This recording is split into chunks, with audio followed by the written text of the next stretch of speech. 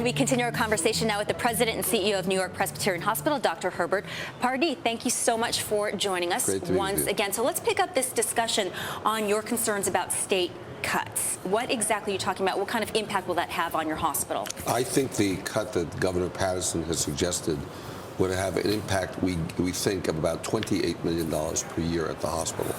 And that's quite a bit of money, because usually when we have a cut like that, that means we can sustain as many people on staff, and we want as many people on staff as possible to give good quality care. So if those cuts happen, I mean, are you looking at staff reductions, job cuts, and what types? Doctors? We'll have to see exactly what happens. When we cut, we usually try to avoid the clinically sensitive positions. Again, you guys are private, so give me an idea of your operating costs. What's an annual budget? Our annual budget is about $3.2 billion. Okay, so $28 million then maybe by comparison isn't a whole lot. Well, the only thing that changes that picture is that our margins in New York are very thin. We're very happy if we can make 2%. So let's say we're planning on hopefully seeing some margin of $60 million or so. 28 is almost half of that margin, and we use the margin to keep the beds clean, to make new operating rooms, new operating room facilities. You have annual expenses in capital, and the only place you get them from is margin and some philanthropy. Well, and how is the philanthropy, especially through this recession of the last year? That's probably ticked back as well. We've seen a definite hit.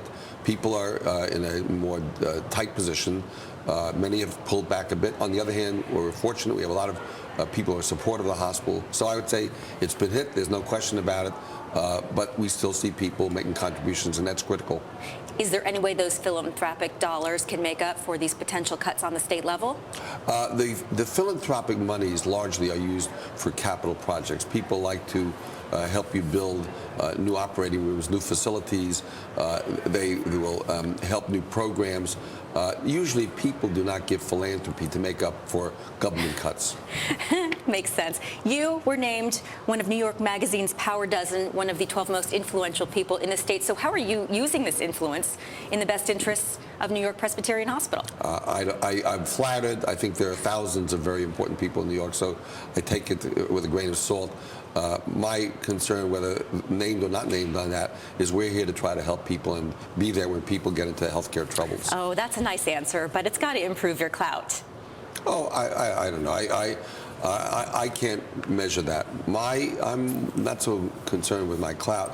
What I really want to do is have our institution, every person in that institution, care about people and take care of them the right way.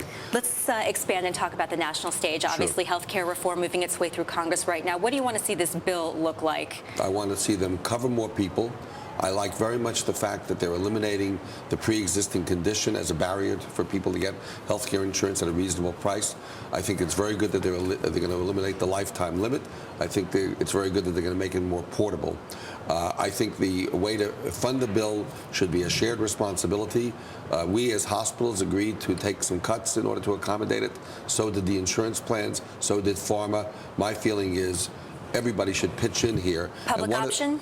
Public option. I think if a public option helps bring people in, that's fine. One of the things that's important, though, is to have rates that are reasonable, because hospitals have very few places where they get margin. They don't get cost covered from Medicaid and Medicare. So private plans is the one place where we get some margin. Without margins, we couldn't exist. So you said that you're comfortable with the fact that public health care could ultimately hurt the bottom line of New York Presbyterian, if I'm hearing you correctly? Well, it's not that it hurt the bottom line. You cannot run a healthcare institution just on Medicaid dollars, because they don't pay at the level of the cost.